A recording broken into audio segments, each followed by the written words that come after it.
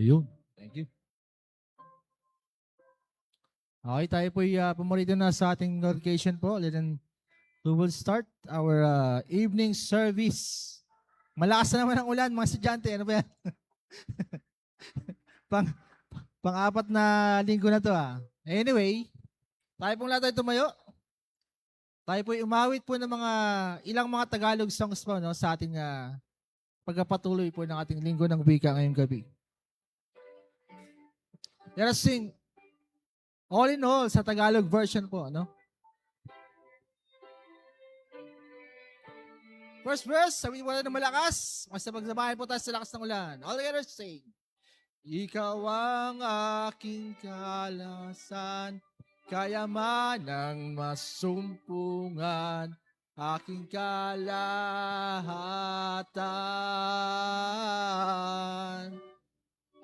Yaman ka na natuklasan, ang iwan kay kabaliwan, di kita iiwan. Panginoong Jesus, tupang manunubos. Jesus, aking Diyos, ngalay purihin. Sa lako'y iyong dinala, pinasan mong aking hiya, pinupuri kita. Tuwing ako ay nadarapa, ako'y iyong dinadala, Diyos kang mapagsinta. Panginoong Jesus, tupang manunubos. Jesus, aking Diyos, ngalay. Ulitin po natin ang chorus. The chorus now. Panginoong Jesus, tupang manunubos. Jesus, aking Diyos, ngalay purihin. Amen.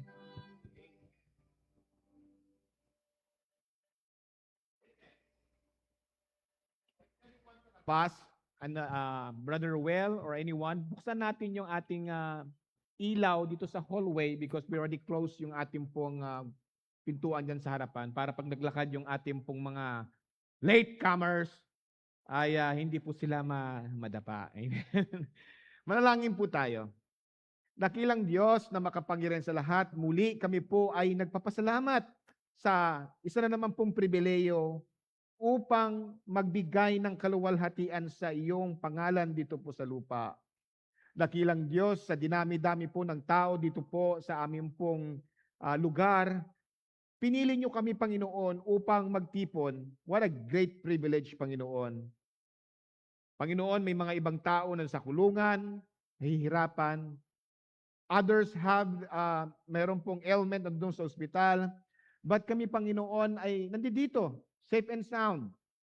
May shelter, maayos na upuan, may kalayaan upang manambahan sa iyong pong harapan.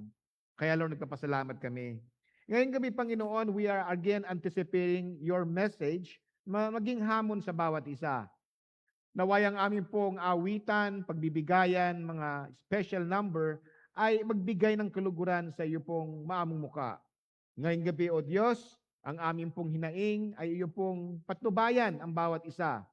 Ang mga aming pong heartaches, trouble, sadness, Panginoon, ay maibsan dahil sa iyong pangako na hindi nyo kami iiwanan kailanman.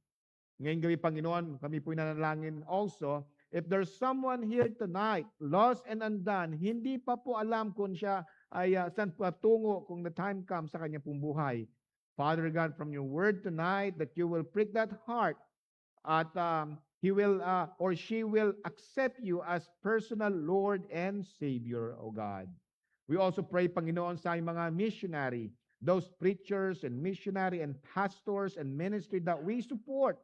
Kayo nga, Panginoon, ang magbigay din ng same grace as you gave in sa aming pong kalagitnaan. Once again, Panginoon, we commit to you all these things in the name of your Son, Jesus Christ, na namatay sa cross at inilibing at pagkatapos ng 3 araw ay nabuhay muli at kung sino man ang palataya, magsuko ng buhay manampalataya, Panginoon, hindi mapahamak pagkos magkaroong buhay na walang hanggan. Ito po ang aming sama at dalangin. In Jesus' name we pray. Amen and amen. Amen. Manatili po nakatayo. Awitin po natin ng papurihan ng Diyos. Ito po yung To God be the glory, no, na English version. On the first verse, all together sing. Ating sambahin at purihin ang Diyos dahil isu'y nugo ang mananakop. Ang buhay niya'y krus. Inalay, pinto ng langit ati binubuksan. Papuri, amen, alang Diyos at sundin siyang tunay. Papurihan ng Diyos, tayo'y magkatuwaan. Lapit sa Ama sa ngalan ni Kristo, yamang sasalay, tinubos niya tayo. Second verse. Tanging ang duso ni Kristo ang lunas, sasalang sa atin ay nagpahamak.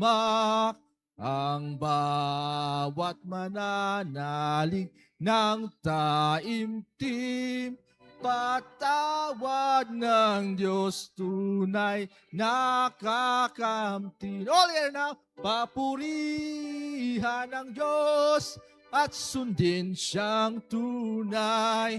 Papurihan ng Diyos, tayo'y magkatwaan. Lapit sa Ama sa ngalan ni Kristo, yamang sasalay, tinubos niya tayo. Last verse. Bawat kaloob niya'y dakilang tunay, lalo na nagdulot ng kaligtasan. Ligayang ganap ang matatamasa kung si Kristo ay atin nang All here now, papurihan ng Diyos at sundin siyang tunay. Papurihan ng Diyos, tayo'y magkatuwaan. Lapit sa Ama sa ngalan ni Kristo, yamang sasalay. Ulitin po natin ang chorus. On the chorus now. Tayo. Chorus na. Papurihan. Amen. At sundin siyang tunay. Papurihan. Hanang Diyos ay magkatwaan. Lapit sa Ama sa ngalan ni Kristo, yamang sasalay, tinubos niya tayo. Amen. Makapuno po tayo.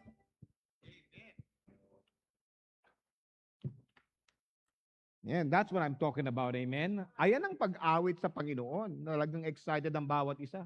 Ang aking anak na si Samuel, nakita ko halos talagang naiiyak na eh. Talagang excited. Di ba Samuel, excited ka, di ba? Ganun lang. Dapat amen. Excited ka, di ba? Parang mahina. Excited ka, Samuel, di ba? We want to welcome each and everyone po. At and not bad for ang evening service po. But my prayer po na lahat ng tao sa umaga ay bumalik sa hapon. Hindi lamang po tayo nagsuserve sa Panginoon ng Lord's Hour, but this is the Lord's Day. Amen? And also we pray that somehow next time malagyan natin po ng soundproofing yung ating pong simbahan para pag umulan hindi naman ay wala pong imposible sa ating mahal na Panginoon. Amen? Wala po ba tayong first time visitor sa ating kalagitnaan? Any first time visitor po? First time? May first time? Kung wala po, let's all stand at tayo po ay magkamayan habang may ngiti sa ating mga mata at sa ating mukha. I'm happy to see you this evening. Amen. Lalo na po, kamayan po natin yung mga kabataan banda rito. Nakikita niyo po sila, di ba? Yan. Kapitin po natin ang all together. Ang puso ko'y masaya by His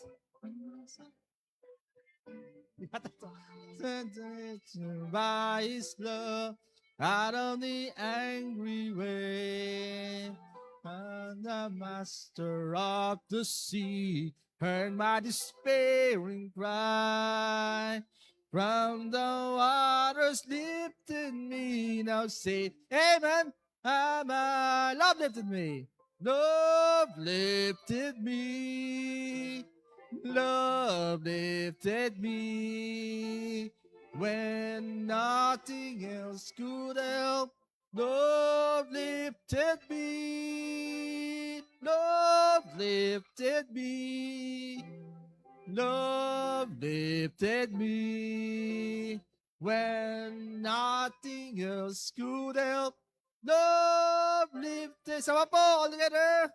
Love lifted me. Love lifted me. When nothing else could help, love lifted me. Amen.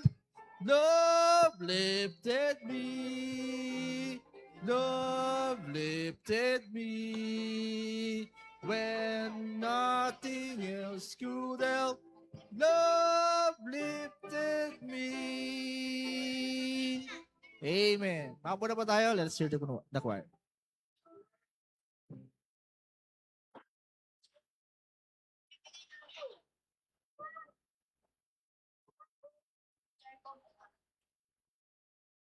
Lord, if we could, we will fill our hands with all the wonderful things you'd give us. Then we'll lift them up and give them back to you.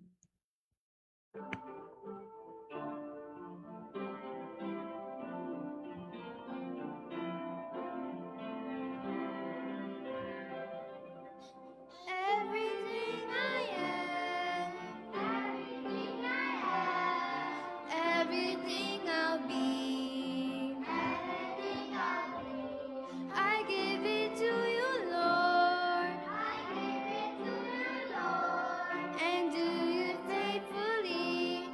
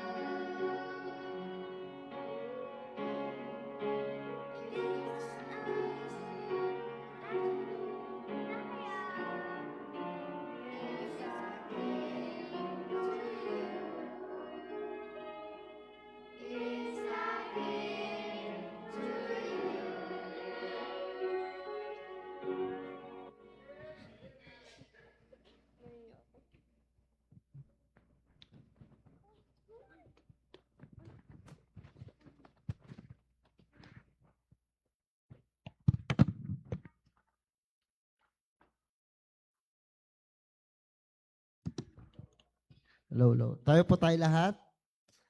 For the scripture reading can be found in Matthew chapter 7, verse 15 to 23. Sabi ng Biblia, beware of the false prophets which come to you in sheep's clothing, but inwardly they are ravening wolves. You shall know them by their fruits. Do men gather grapes of thorns or figs or thistles? Even so, every good tree bringeth forth good fruit, but a corrupt tree bringeth forth evil fruit. A good tree cannot bring forth evil fruit, neither can a corrupt tree bring forth good fruit. Every tree that bringeth not forth good fruit is hewn down and cast into the fire. Wherefore by their fruits ye shall know them. Not everyone that said unto me, Lord, Lord, shall enter into the kingdom of heaven, but he that doeth the will of my Father which is in heaven. Many will say to me in that day, Lord, Lord, have we not prophesied in thy name? And in thy name have cast out devils? And in thy name done many wonderful works? And then will I profess unto them, I never knew you, depart from me, ye that work iniquity. May the Lord bless the reading of this word. You may be seated po.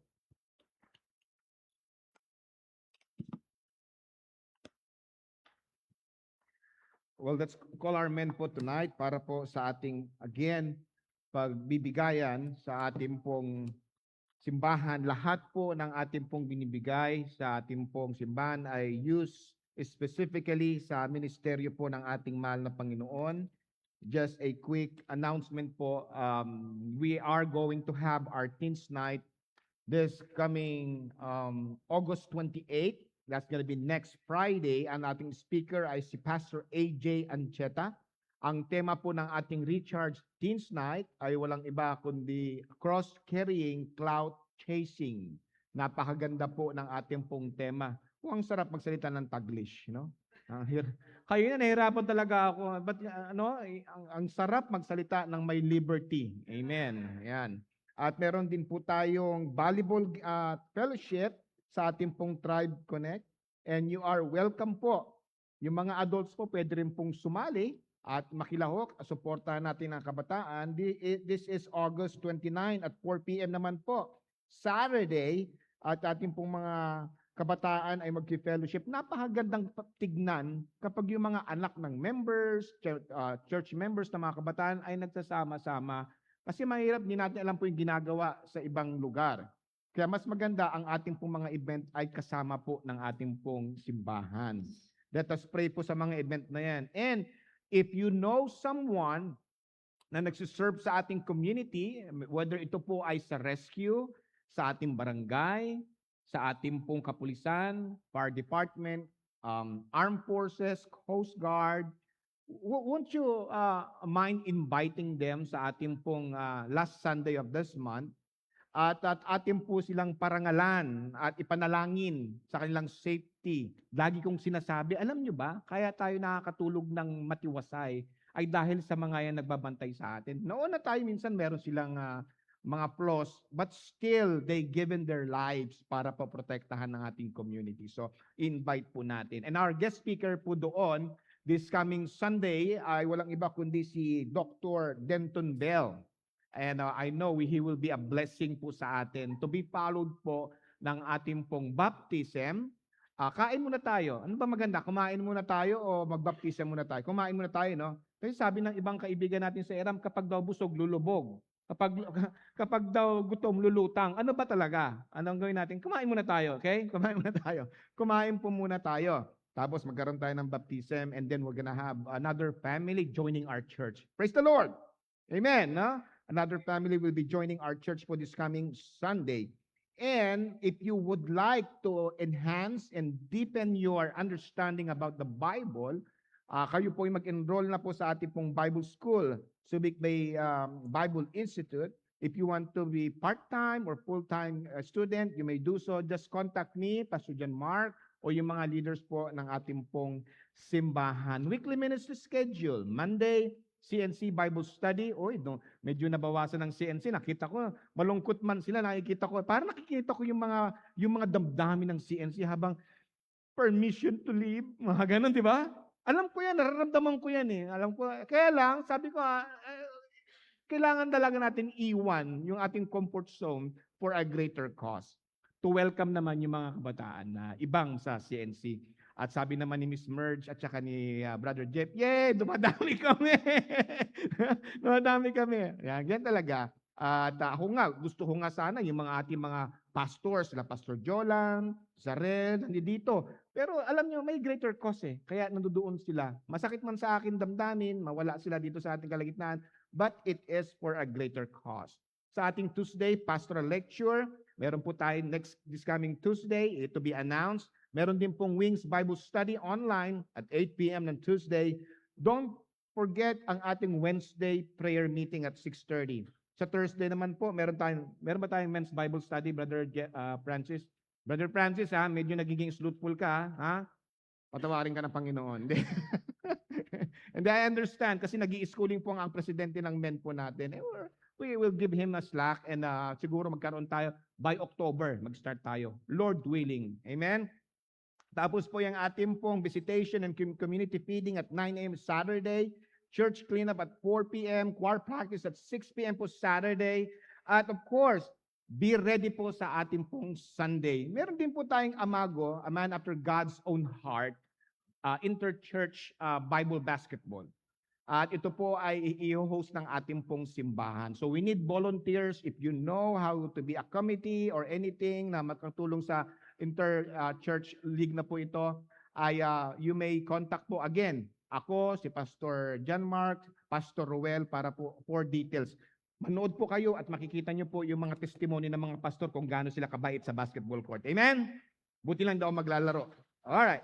Tawagin po natin si Brother Amar to ask the Lord to bless ang ating pong offering. Hello.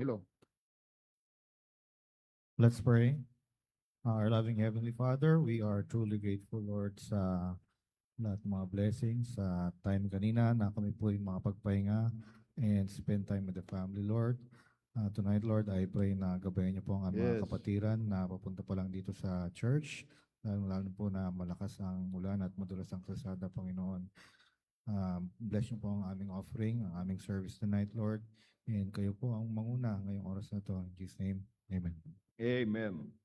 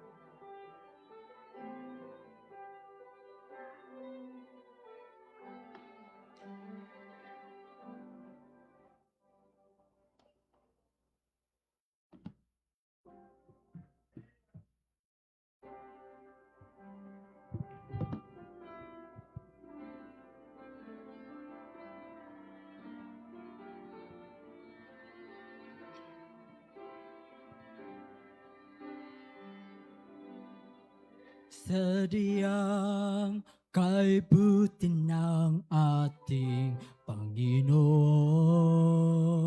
nagtatapat sa habang panahon, maging sa kabila ng ating pagkukulang, biyaya niyang patuloy na lang. Katulad ng pagsinat ng gintong araw, patuloy siyang nagbibigay tanglaw. Kaya sa puso't ko't damdamin, katapatan niya'y aking pupurihin. Dakila ka, O Diyos, tapat ka ngang tunay, magmula pa sa ugat ng aming lahi. Mundo'y magunaman, maasang kang lagi, maging hanggang wakas nitong buhay. Kaya, O Diyos, kita'y laging pupurihin, sa buong mundo'y aking awitin. Dakila ang iyong katapatan, pag-ibig mo'y walang hanggan. Dakila ka, O Diyos, tapat ka ngang tunay, magmula pa sa ugat ng aming lahi. Mundo'y magunaman, maasang kang lagi, maging hanggang wakas nitong buhay.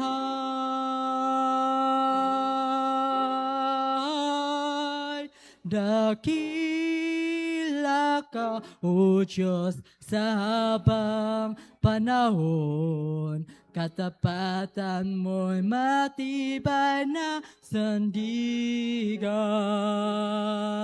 Sa bawat bigati, tagumpay may naroon. Daluyan ng pag-asa kung kailangan hinahon. Pag-ibig mo alay sa amin noon hanggang ngayon. Dakila ka, O Diyos. Dakila ka, O Diyos.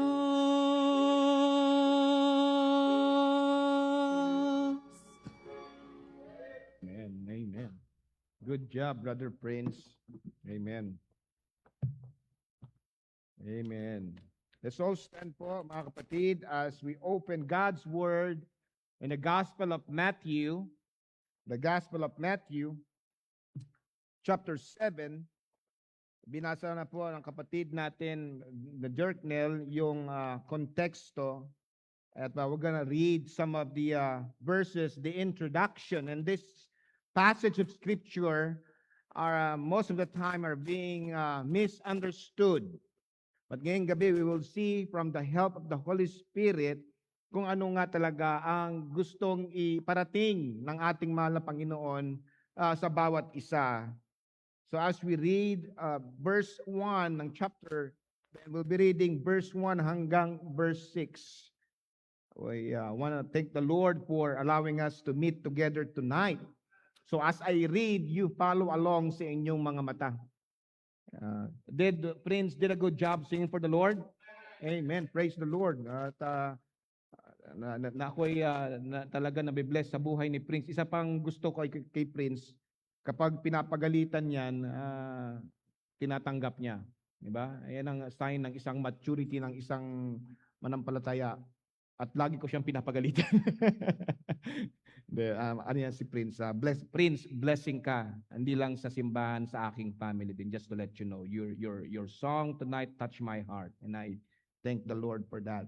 Matthew chapter 7, verse 1. Judge not. Laging ginagamit yan ng sanglibutan, di ba? Uy, wag judge not. Bawal mag-judge daw. Yan ang sabi nga nun. Judge not, that ye be not judged. For with the what judgment you judge, ye shall be judged. And with what measure you meet, it shall be measured to you again.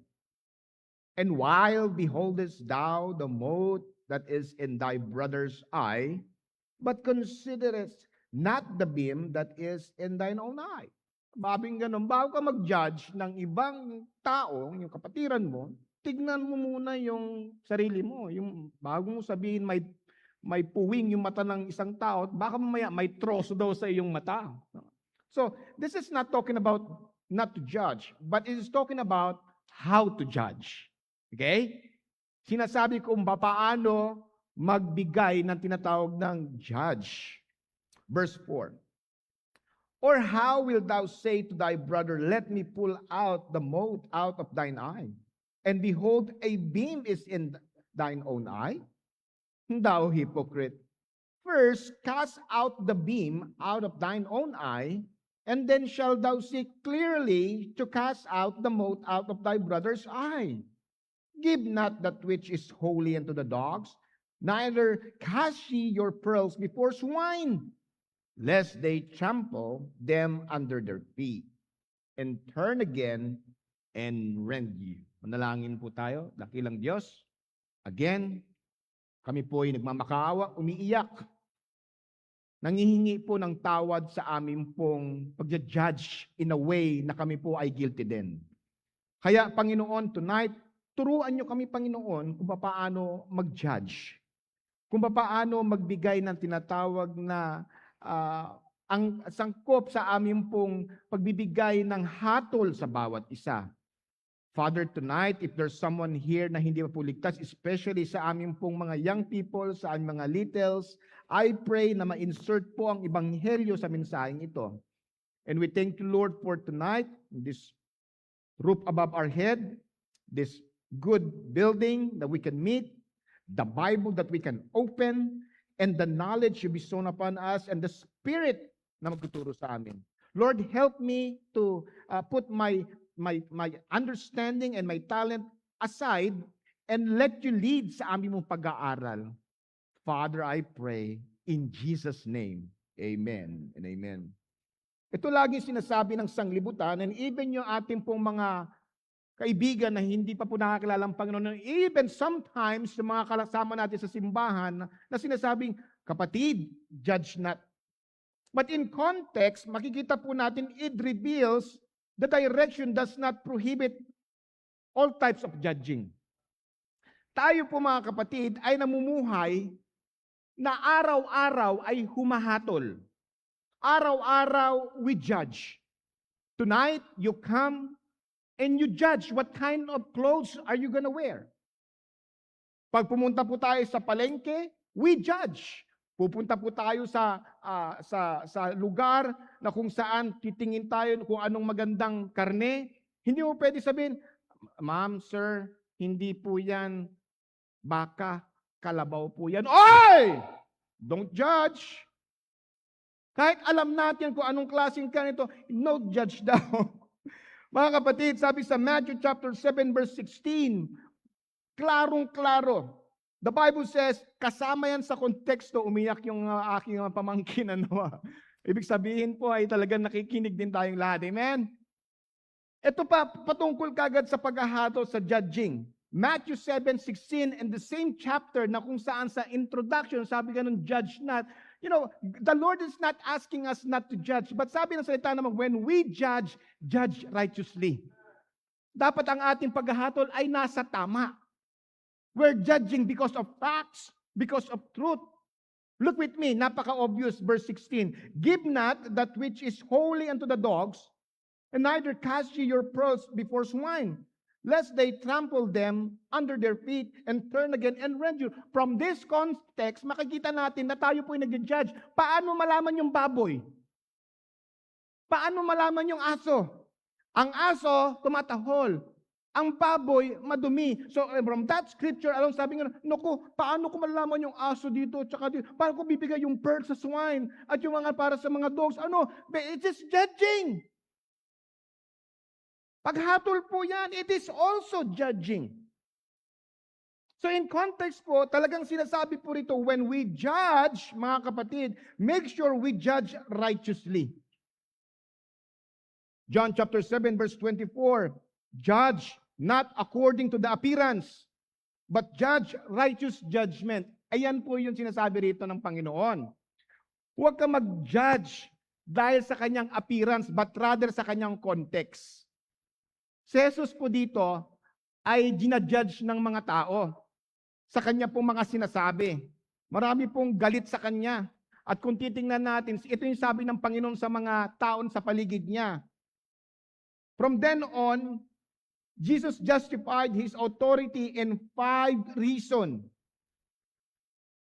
In John chapter 7, makita natin dito, His supernatural knowledge originated from the Father Himself. Kaya sabi niya, bago niyo ako i-judge, tingnan niyo muna ang aking ginagawa. At ito yung kanyang answer.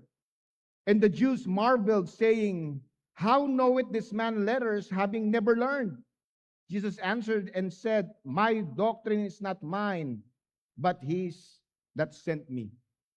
So pinaliwanag niya, bago niyo ako i-judge, tingnan niyo muna yung aking turo, at hindi ko turo ito ng aking Ama. Pangalawang justification na kanya pong pagiging authority sa ating pong buhay. His teaching and knowledge could be confirmed by testing. John chapter 7 verse 17. If any man will do his will, he shall know of the doctrine, whether it be of God or whether I speak of myself. At kung titingnan natin lahat ng sinaturo, sinasabi ni Jesucristo, hindi patungkol sa Kanya, kundi always patungkol sa Kanyang Ama. Thirdly, sabi ni Jesus, bago niyo ako i-judge, tingnan niyo ang aking mga gawain. His action demonstrated His selfishness. John 7:18, he that speaketh of himself seeketh his own glory, but he that seeketh his glory that sent him, the same is true, and no unrighteousness is in him. Ang Panginoon Jesucristo namuhay ng selfless. Hindi po siya selfish. Number 4, justification. His impact on the world was surprising. Jesus said, knowing the law is different than following it. Nire-rebuke niya yung mga Pariseo. Sabi niya, kayo mga Pariseo, alam niyo nga ang Pentateuch. Alam niyo yung Torah. Alam niyo yung batas. Pero hindi niyo naman ginagawa. And explain niya yan. Sabi niya ganoon sa John chapter 7 verse 19 to 20. Did not Moses give you the law? And yet none of you keepeth the law. Ngayon sabi ng Panginoon, why go ye about to kill me? Verse 20, the people answered and said, thou hast a devil, who goeth about to kill thee. Galit sila dahil ang Panginoon nagpagaling ng araw ng Sabat. Pero sabing gano'n ni Jesus Christ, nakahipokrit talaga itong mga Pariseo. Di ba? Si Moses, nagbigay ng batas ng circumcision at the day of Sabbath. Bakit si Moses hindi nyo ginagawa? Ako ginaganto nyo ko. So, yun na naman, pinakita niya. And then lastly, number 5, makita po natin dito, his deeds demonstrated his identity as the Son of God. Verse 21 to 24, Jesus answered and said to them, I have done one work and you all marvel. Isa lang ginawa ko na parang taliwas sa nagalit kayo sa akin. Moses therefore gave unto us circumcision, not because of its Moses, but of the fathers. And you on the Sabbath day circumcision a man? Verse 23. If a man on the Sabbath day receives circumcision, the law of Moses should not be broken. Are ye angry at me because I have made a man every whit whole on the Sabbath day? Judge not according to the appearance, but judge righteous judgment. Sabi pambira, si Moses nagbigay lang ng isang batas at nilinis niya yung isang parte lang. Ako, sabi niya gano'n, ang nilinis ko buong buhay at buong pagkatao, and you're judging me. So, tonight, introduction po yan, I want you tonight to examine and to judge yourself. Ganun ang tinatawag na prinsipyo eh. Before we judge others, let us judge ourselves first tonight. Kukuha po tayo ng pag-aaral sa binasa po ni Brother Jerknell. Naglay lang po tayo ng foundation. Sabi ng Panginoon, ito po sa verse na ito, sabi niyang ganon, huwag ka mag-judge according to the appearance. Sabi ganon, judge not according to the appearance, but judge righteous judgment. So tonight, I entitled this message, mga kapatid, Lord, Lord, but lost. Lord, Lord, but lost. What is this judgment declare is very critical sa ating buhay. We should always judge. Nakuha natin yan? We should always judge.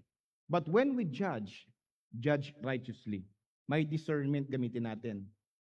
By the way, sabi sa aklat ng John, in the beginning was the Word, and the Word was with God, and the Word was God. And later on, sinabing ganon, and we beheld His glory, the glory of the only begotten of the Father, full of grace and truth. When the Word of God, tinanggap natin, who happened to be the Lord Jesus Christ, God give us a package deal. Truth and grace. At ang truth and grace na yan, ang pamantayan ng ating pagja-judge. Nakuha natin yan? By the way, the word means logos. That's where we get our word logic. So when we judge, we make sure we use our logic to know darkness from light, to know wickedness and righteousness, to know good and bad. So tonight, we will see kung paano natin himayin ang mga bagay na ito. We should always judge, mga kapatid. Matthew chapter 7, verse 3 to 7.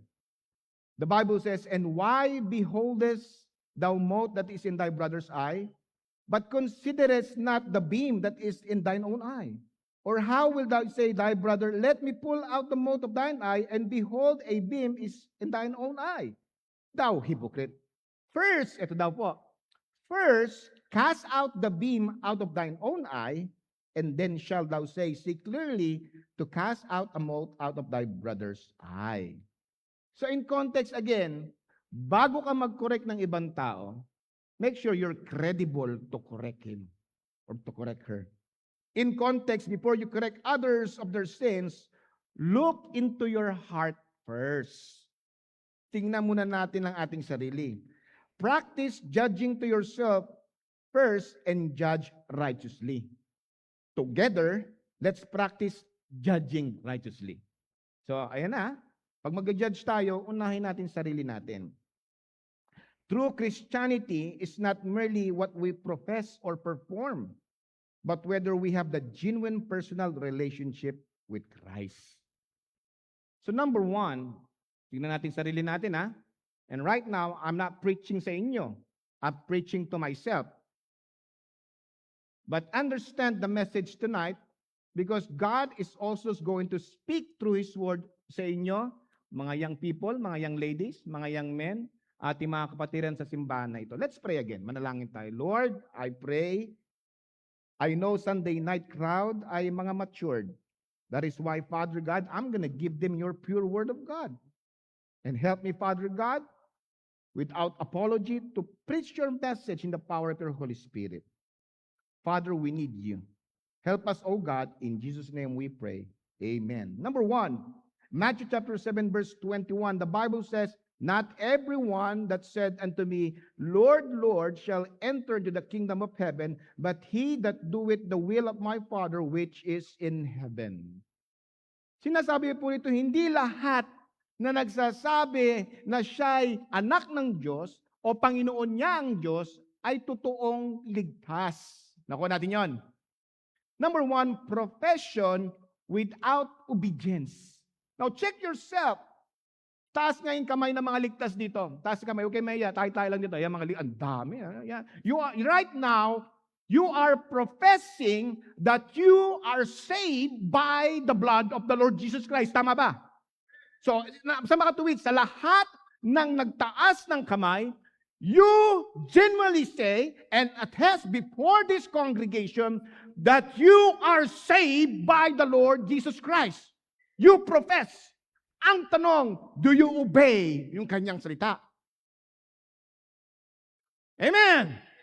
Kasi lahat tayo nagtaas eh. We profess that we are the children of God. We profess and we say out loud na tayo anak ng Panginoon. And many people can say the right words without surrendering their lives to Christ. Amen. Pwede rin sabihin, ako'y ligtas. Meron kami mga cliche nung lumalaki ako. Ang tawag doon, kapag ikaw nagsasabi, pero hindi mo ginagawa, ang tawag doon, talkies. It's all about talk. Walang gawa. Tonight, as we hear from the Gospel of Matthew, alam niyo ba ang paano pinipresent si Jesus Christ sa book of Matthew? He is the King. Genealogy from David all the way to the Lord Jesus Christ. My question tonight, if we profess that we are ruling and reign with Christ and He is our King, is He your King? Pag sinabi ng Panginoon na let us come together and worship Him, nandito ba tayo every service? Or it's just talk? Profession without obedience. Puro salita. Meron pang alam na talata. Pero walang gawa. Mga kapatid, yan ang nakakahawa. Parang Brother Francis, okay, di ba? Hindi chat GPT yan. Ano yan? Walang, talaga lang, di ba? Marami na pong nahawa sa mga Kristiyano kuno na nag-profess na hindi naman nagsisimba. Pero Kristiyano sila. Kung magpunta man dito, hindi naman sila nasiseryoso, natutulog lang, walang ginawa kundi magpaganda, magpapogi. But meron ba silang gawa? Are they attending yung ating pong Saturday door knocking? Are they attending the feeding ministry? I thank God sa mga young people nag-pass out ng tracts. Amen? That is not just profession, sabi ni Elizabeth. Yeah? It is not just profession, merong gawa. Now judge yourself tonight. Meron ka bang ginagawang ministry para sa Panginoon? What are you offering sa inyong local church? O puro profession without obedience? Matthew 15 verse 8, these people draw it nigh unto me with their mouth and honor it me with their lips, but their heart is far from me. Pastor naman, bakit naman ganyan mensahe mo? Kami nga yung mga faithful eh. You know, yung mensahe? Because I know you can take it.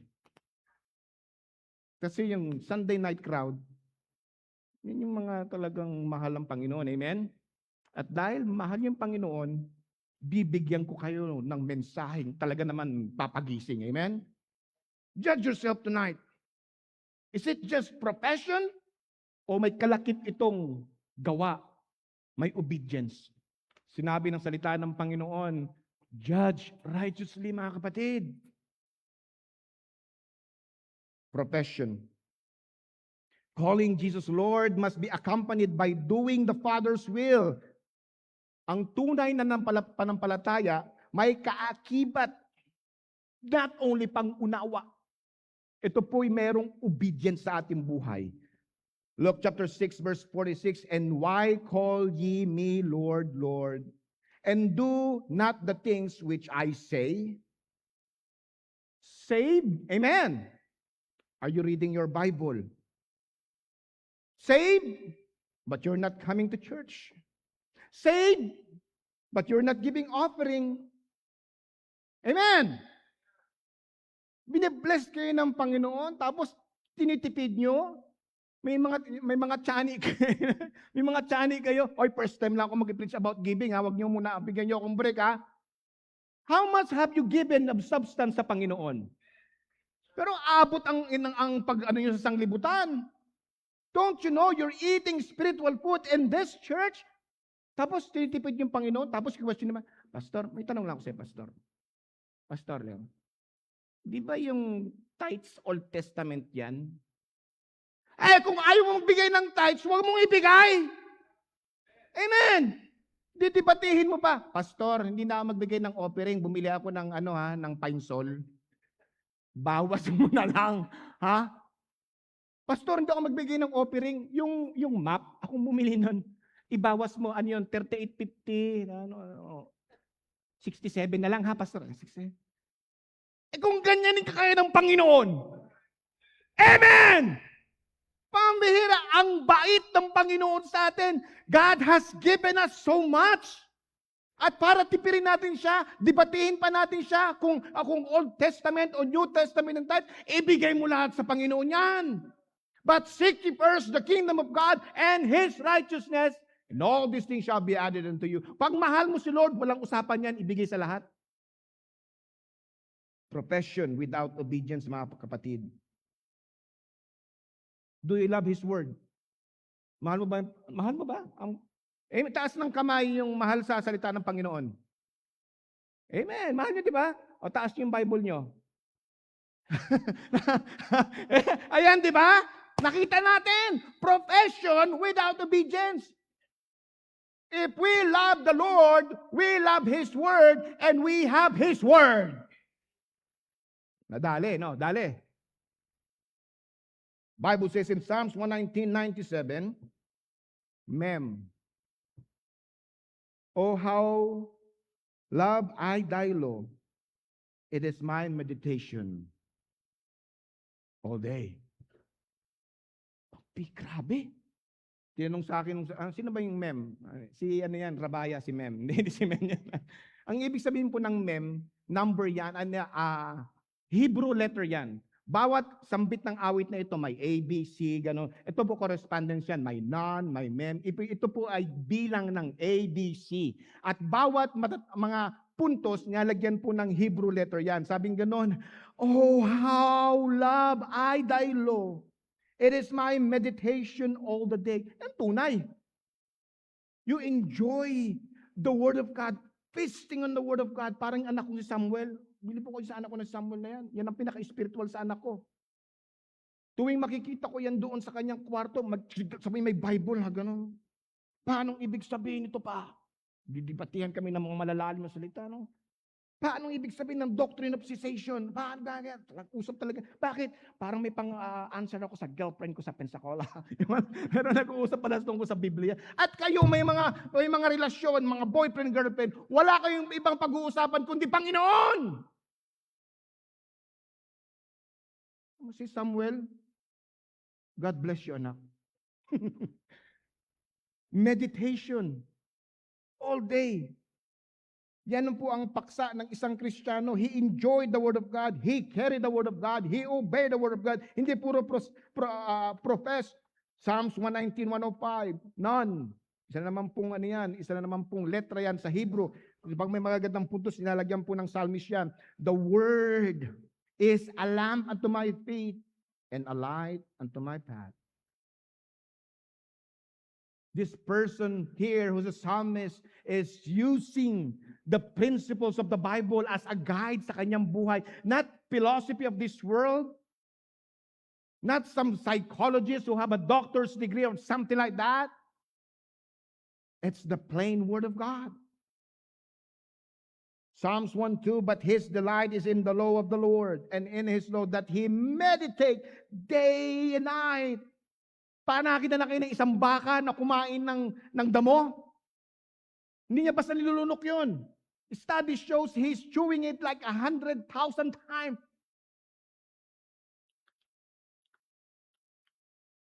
He's just meditating it. Bago niya lunukin, ini-enjoy niya. And the same thing with the Word of God. Meditation means before we take it in, let us enjoy and feast upon His Word. Meditation. Si Job, sa kanyang buhay, sabi niya, neither have I gone back from the commandment of His lips. I have esteemed the words of His mouth more than my necessary food. Wow. Brother Alexis, sabi ni Job, mas marami pa akong kinakain na salita ng Panginoon kesa sa shawarma. Kesa doon sa mga Korean na mga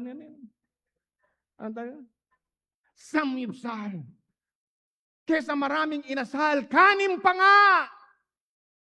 Sabi niya, I prefer to feast more than the physical food in the Word of God. Mga kapatid, the greatest evidence of a professing Christian is his love and thirst and hunger for the Scripture.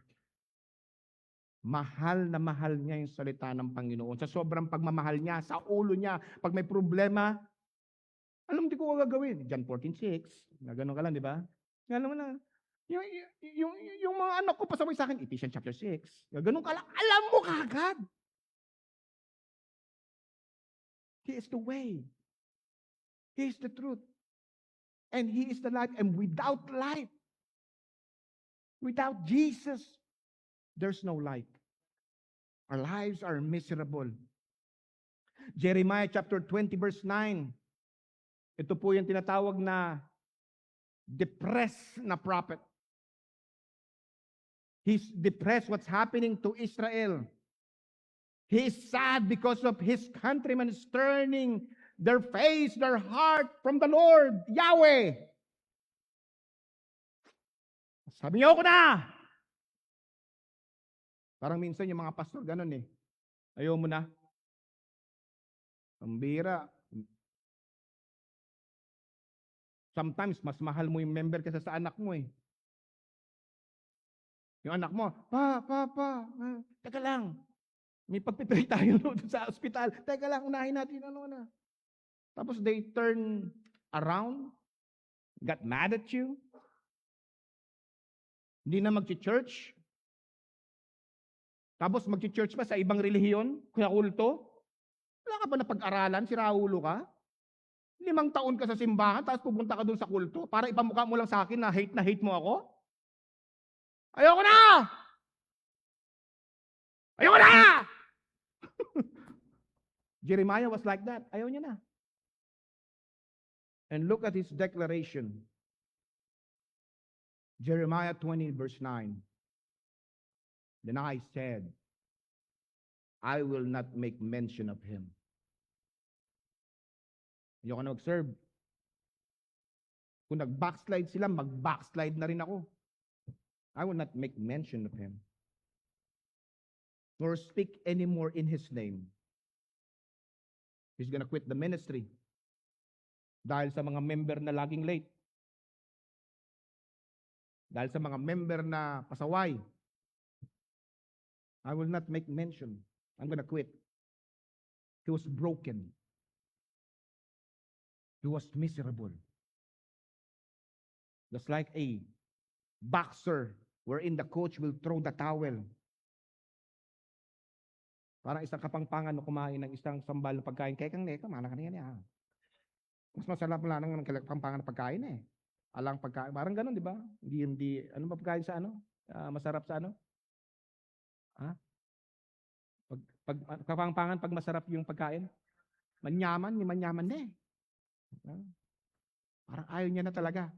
Anong sabi ni Jeremiah? Alam niyo, nagpapatawa ako kasi paiyak na ako eh. Para mapigilan yun, naghahanap ako ng outlet para hindi ako umiyak. Lagi kasi ako kinahihiya ng pamilya ko pag umiyak ako eh. He was frustrated, ready to travel. Ayoko na. Nor speak any more of his name. But the Bible says, but his word was in my heart. As a burning fire shut up in my bones. And I was weary with forbearing, and I could not stay. Do you really love His word? Do you have His word in your heart? Don't just confess Christ tonight. Don't just profess Christ in your lips. Mga kapatid, from the young people all the way sa mga adult natin, follow Him with your life. Number 2, not only profession without obedience, you may have a profession with obedience, with works, but mag-ingat tayo, judge yourself. Baka it's just number 2, performance without relationship. Amen. Ang galing na salita ng Panginoon, no? Kalain mo yan? Pinagdugtong-dugtong niya to ngayong gabi. Nais ng Panginoon ngayong gabi na tayo ay i-judge kung tunay nga na tayo manampalataya. Kasi we might have the profession with works, but somehow maybe that works is just a performance without relationship sa Kanya. Pwede ba yon? Pwede. Active ka nga. Pero pang show lang yan. When the people stop applauding sa iyo, when the people stop tapping your back, when the pastor stop noticing you, by and by you will be offended. Ang dami kong ginagawa sa simbahan na yan, hindi man lang ako napapansin. Ay, ako din, sister. Dito sa simbahan na to, favoritism. Sabi. Favoritism. Kung yan ang iyong prinsipyo, you are not fit to be the child of God. You are not fit to be the children of God. Because all you have is a profession with performance, pero walang relasyon sa Panginoon.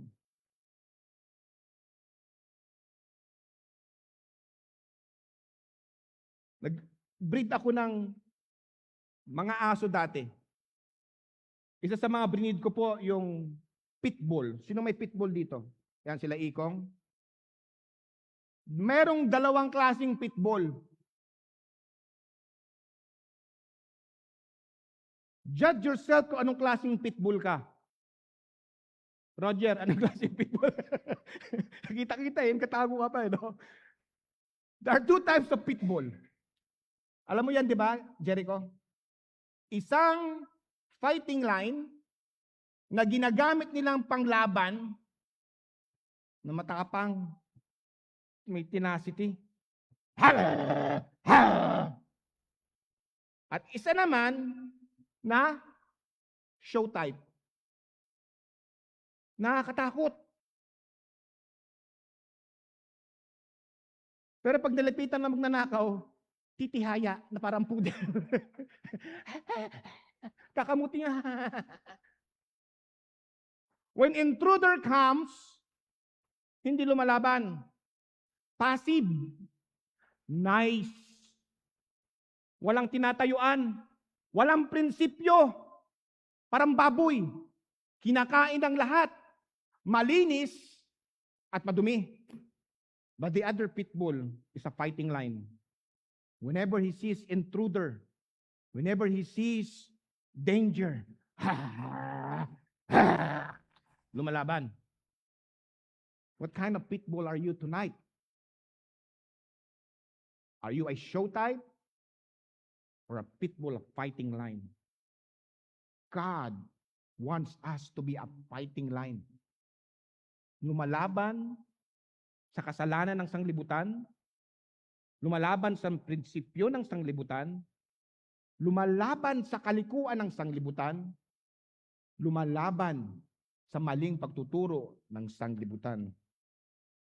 Matthew 7:22, baka sabihin niyo walang scripture, puro kwento.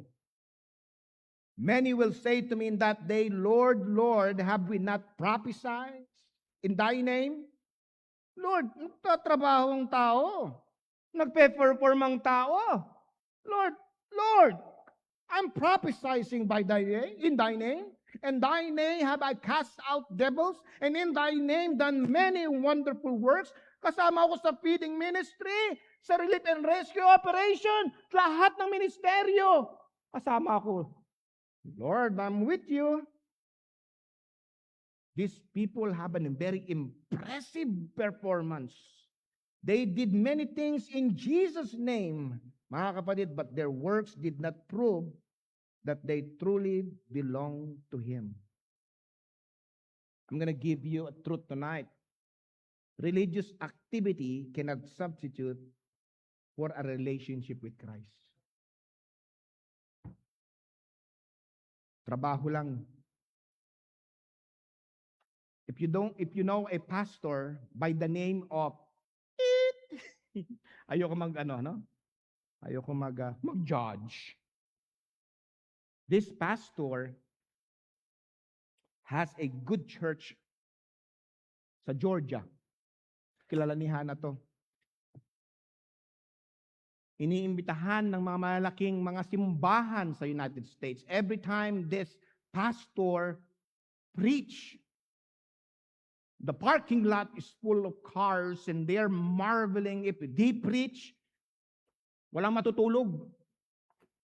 Everyone is sitting at the edge of their seat. Amen! Amen! Ang galing. Kahit ligtas ka, maliligtas ka ulit. Mahusay. Performance. You know you can perform without Jesus? this pastor was arrested in Pennsylvania for sending sexually explicit message and nude photos to a 15-year-old boy with the alleged misconduct occurring between November 24 up until December 2025. During those time, guest speaker siya na malalaking simbahan. An additional message sent in May 2026, he now faces 13 charges, including 2 felony counts, unlawful contact with minor, 2 counts of corruption of minor, 3 misdemeanor counts of indecent exposure, 6 misdemeanor counts of open lewdness, and 1 misdemeanor count of corruption of a minor.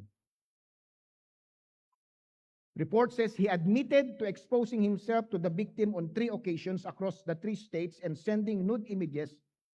He was released because he paid $80,000 bail. A preliminary hearing was scheduled for August 18. That was just a few days ago in York County, Pennsylvania. Mga kapatid, he had performance. He had activity. He had ministry. He has works.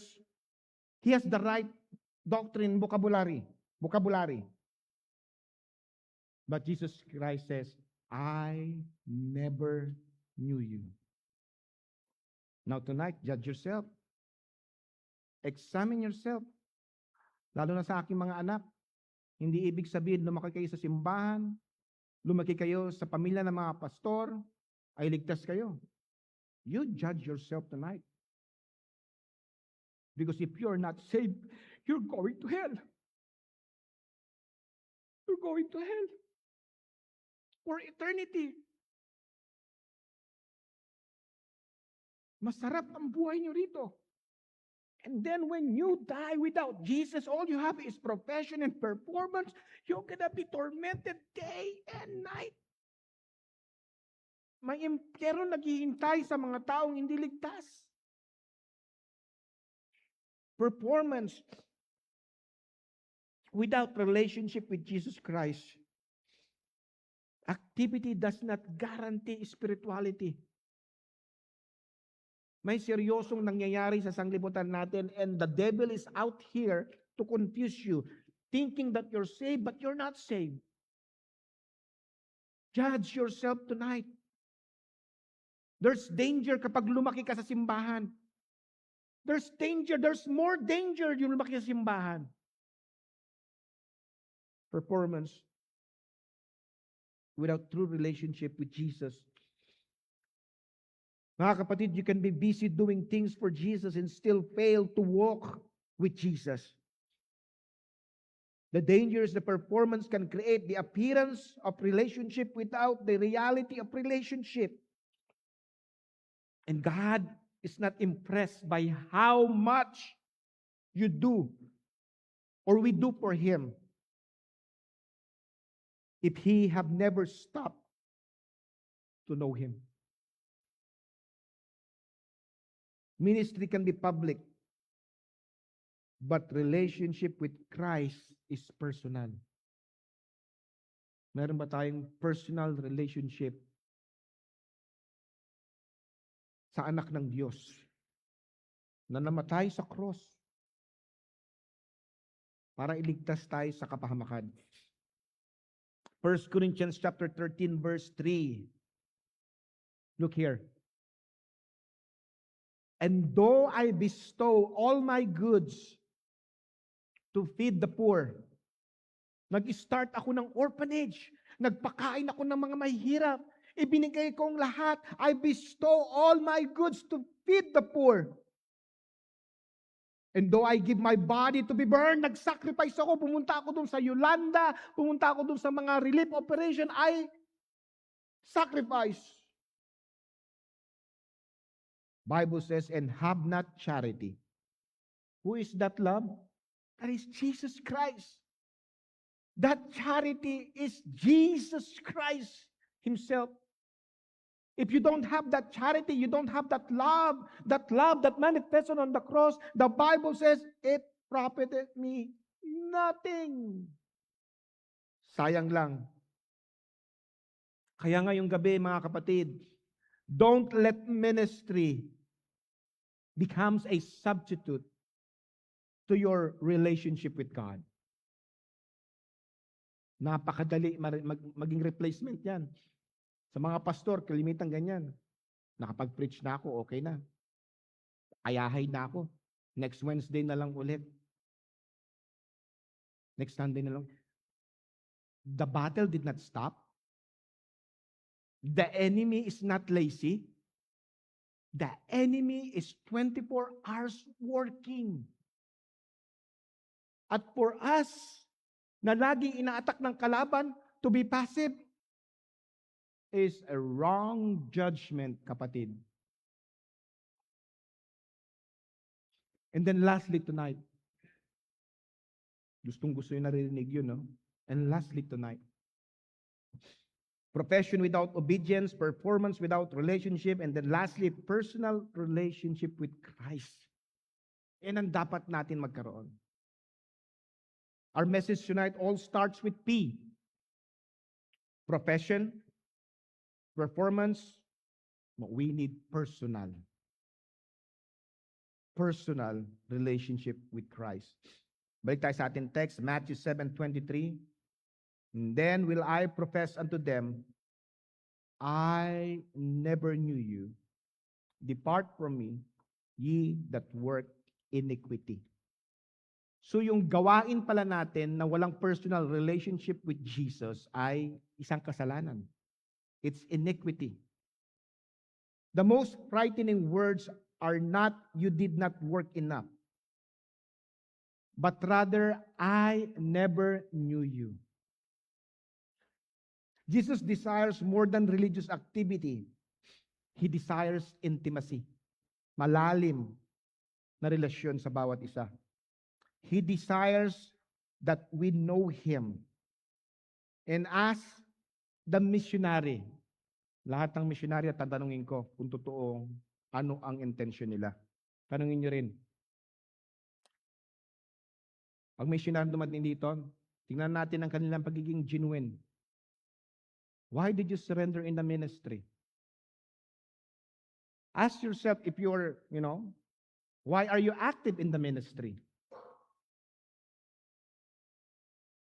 Kapag ang sagot nila, dahil naawa ko sa mga tao, he is just performing. Nakuha natin yon? Missionaries surrender not because of people. I did not surrender because of people. Actually, if I'm gonna give you an answer. Ang hirap makasama ng mga tao.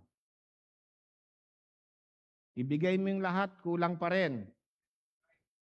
I will not let my daughter to be raped doon sa jungle para maligtas yung tao na yan. I'm just being honest, brother. I'm not gonna do that. Pag sinabi mo yan, ewan ko kung totoo yan. I went there, sacrificed because of the soul of men. Ha? Talaga? Baka nga pag hindi nagbayad yan, i-post mo kagad sa Facebook yan eh. Sinabi mo, 2 linggo lang. Anong petsa na day? Yeah. Madali tayo magalit. Kaya pag may nagsabing missionary, sa ating kalagitnaan, why did you surrender in the ministry? Simply because I love the souls of men. He's a liar. At pati siya, nagpe-perform lang because his performance is based sa mga tao. The very reason tayo nagkaroon ng mission, mga kapatid, is not for the people. The very reason we come to church is not for the people. The very reason we have all this ministry is not for the people. It's because of God. Dahil sa pag-ibig ng Diyos sa akin. At aking ibinabalik ang aking pag-ibig sa Kanya sa pagtatrabaho sa ubasan niya. Nakuha natin? Kaya pag may missionary sinabi na, kasi ako ay concerned sa kaluluwa ng tao. Totoo nga? No. You're simply loving people because Jesus Christ loved people. John chapter 10 verse 27. My sheep hear my voice, and I know them, and they follow me. Not because I love the people. It's simply because I heard the commandment of God na sabing ganon, you go out there into all the world and preach the gospel, baptize him in the name of the Father and the Son and the Holy Ghost, and teach them to observe all things whatsoever I commanded you. And lo, I will be with you always. Nakuha natin? We love what God loves.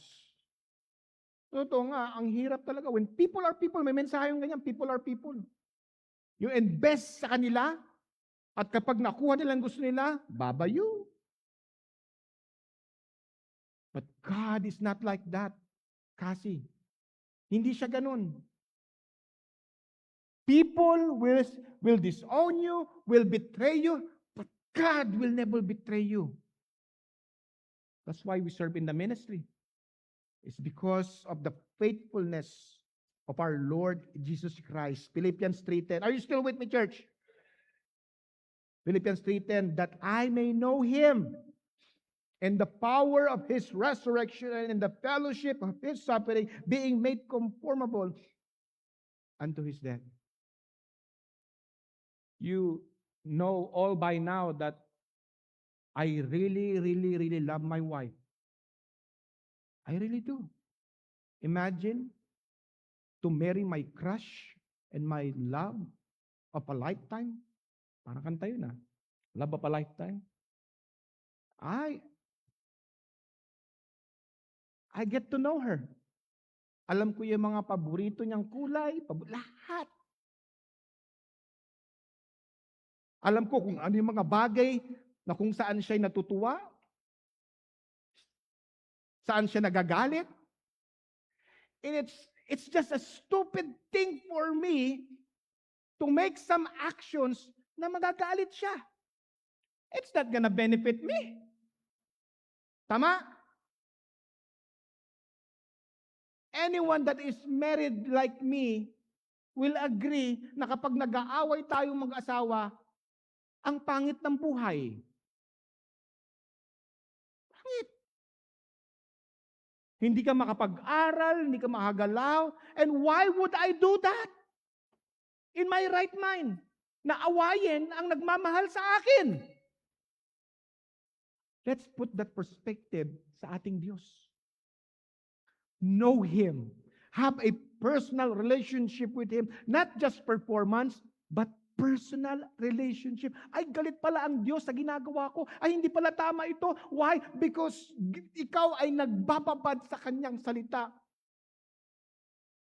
You talk to Him in prayer and He talks to you from the Scripture. Do you have that? Do you have that personal relationship with Christ and you know who He is and what He is and how He works in our lives? Kilala mo siya?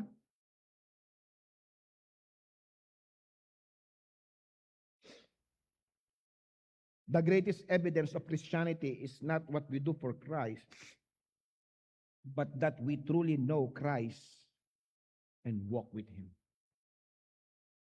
Now, tonight, judge yourself. When you judge righteously. Do you have that personal relationship with Jesus? I hope it's clear. We need from profession, tonight, let's have a possession. Ano sa Tagalog ng possession? Pag-aari niya ako at pag-aari ko siya. Parang may sanib.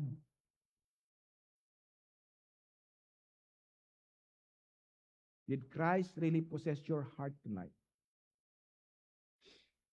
I hope it's clear. Judge yourself tonight. Before we can give out tracts and witness to these people na hindi ligtas, make sure ikaw mismo ligtas. Hindi lang performance, hindi lang profession, but personal relationship sa Kanya. Matthew 7:21-23, not everyone that said unto me, Lord, Lord, shall enter into the kingdom of heaven, but he that doeth the will of my Father, which is in heaven. Many will say to me in that day, Lord, Lord, have we not prophesied in thy name? May performance kami, Lord. And in thy name have cast out devils. And in thy name done many wonderful works. And then will I profess unto them, I never knew you. Depart from me, ye that work iniquity. Tonight, this is a challenge to us. Examine our faith. Judge righteously. Profession, what you're saying. Performance, what you are doing. Personal, do you truly know Him as Lord and Savior? Let's all stand. Brother Joseph, you come up here. Can we sing that song, Now I Belong to Jesus? And when we're singing that, sana totoo na you truly belong to Him personally. And He belongs to your heart. John 14:15, if you love me, keep my commandments. Final thought, mga kapatid, don't settle for a profession without obedience, performance without relationship, or religion without Christ. Know Him, follow Him, and avoid Him. As we sing this tonight, the altar is open. Again, baka ikaw ay nadaya, thinking you're saved, but you're not saved. Salvation is more than performance and profession. It is a personal relationship with the one true God who manifests Himself in the Lord Jesus Christ, died on the cross, buried, after 3 days, rose again, and whosoever trusted in Him by faith, Bible says, shall be saved, should not perish. You come as we sing tonight.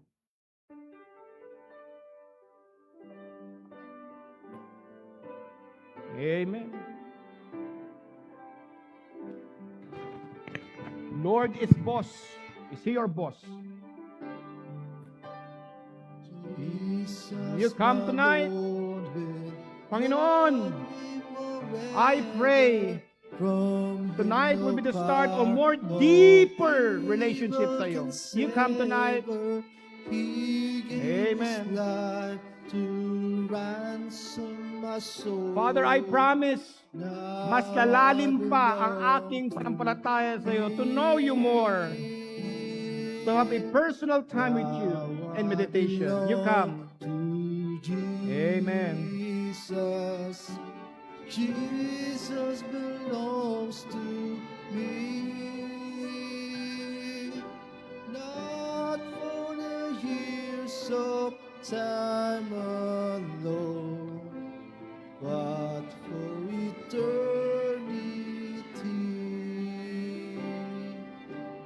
Joy floods my soul. Since degradation, Jesus, Amen. Lumabas si Jesus, magbigay ng kaligtasan. Amen. Sorrow and shame, now I belong to Him. Praise the Lord. Now I belong to Jesus. Jesus belongs to me. Not for the years of time alone, but for eternity. Amen. Joy floods my soul, for Jesus has saved me, freed me from sin. That's right. That long hands slain me, His precious blood He gave to redeem. Now Thank you, I Lord. belong to Him. Now I belong to Jesus. Jesus belongs to me. Yes, right. Not for the years of time alone, but for eternity. Let's sing that again. Let's sing that again. Goes now. Now I belong to That's right. I hope so. I pray so. Jesus belongs to me. Not for the years of time alone, but for eternity. Amen. Unto God the glory and honor tonight. Nandiyan ba si Brother Ruel sa ating kalagitnaan? Brother Ruel? Brother Ruel? Wala, umalis pa siya. Si Ruel? Sabi sa ating program, he will close us in a word of prayer. But I'm telling you tonight, mga kapatid, I'm already 51. 51.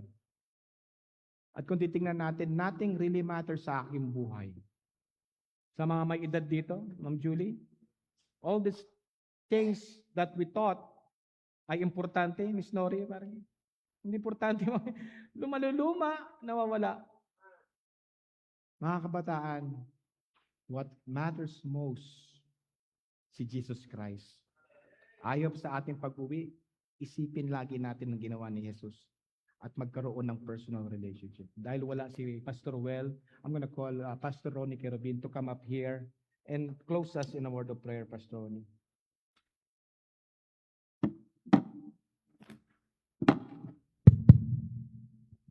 Let's pray. Let's close our eyes and bow our head.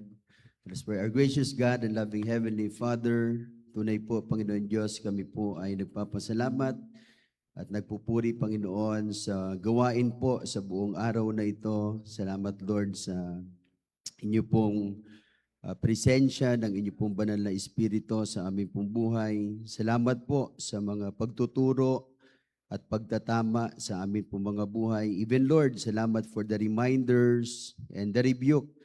I pray, Lord, na tunay, Panginoon Diyos, for those reminders and rebuke, ay magkaroon po ng tunay na realization, Lord, ang mga tao na maari ay gumagawa ng inyo pong gawain, ngunit wala pong relasyon, Panginoon, sa iyo. Because we believe, Lord, that truly there is the evidence of a change of life sa mga tao po na talaga nakakilala sa iyo. A true believers, not only a change of life, but have the desires for God, hatred for sins, and the fruit of the Spirit can be seen, Panginoon, sa aming pong buhay. Kaya, Panginoon, ang aming pong panalangin ay pagkilos niyo po, especially, Lord, sa mga maari, na especially yung mga pastor's kid, Lord. I know na may mga struggle sila and they are, maybe, Lord, they are deceived because they are grow in the church, in the services. Pero we pray that truly, Lord, you may speak to their hearts because salvation is a personal decision and salvation is a personal relationship, Panginoon, sa iyo. It's not because they are a pastor's kid, ay saved na sila, Lord. No. I know that it's a personal decision that they need to make, Panginoon. And it's not us to make a decision for them, but it's our prayer for them to be saved, Panginoon. Bless you rin po ang bawat mga members. Tunay, Panginoon Diyos, na we are not serving to be saved, but we are serving because we are saved. Lord, we pray that you just bless every one of us. Especially, Lord, yung mga manggagawa ay tunay, Lord, na ang amin motivation ay hindi para, Lord, sa performance lang at sa show or anything that people could see that we are so active, Lord. But I pray that in everything we do, Ang tunay po na naluluwalhati ay walang iba kundi ikaw. Because truly, Lord, is only because of your grace why we are able to do those things na nagagawa namin, Panginoon, sa gawain at sa buhay na ito. Salamat, Lord, dahil natagpuan po kami ng biyaya nyo. Salamat, Lord, na niligtas kami ng biyaya nyo. At hindi lamang po yun, Panginoon, kundi salamat sa biyaya nyo na kami po ay nagagamit ngayon yung buhay namin, Panginoon. Lord, I pray na hindi po papasok sa amin mga ulo at magkakaroon ng hangin ang amin po mga ulo dahilan sa mga ginagawa namin. Bagamat lagi namin tatandaan na kung anuman po ang nagagawa namin katulad po ni Pablo as he able to say from your word, that's only who I am is only because of the grace of God. Lord, tunay, salamat po sa mayaman na biyaya. Salamat po sa mga salita niyo po na nagpaalala sa amin po sa araw na ito. Nawa ay katulad po ng sinasabi ng Book of James, chapter number 1 and verse number 22, that we are not only be a hearers of the word, but help us, Lord, to be a doers of the word. Because if we are hearer and not just a doer, we are just deceiving ourselves, Panginoon. Thank you po. At wala pong iba na naitaas, naluwalhati at napuri, kundi ikaw dahilan tunay, Lord, you are worthy of all the glory and all the praises, Panginoon. Thank you. We love you, Lord. Give us, Lord, a good week. At sa mga darating po na gawain, I pray, Lord, na pag-iingat, presensya niyo po, that not only we are Christian inside the church, but even outside the church, Lord, ay makita po nila na kami po ay talagang mananampalataya. Thank you and we love you, Lord, and we bring back all the praises to you. This we pray in Jesus' name. Amen.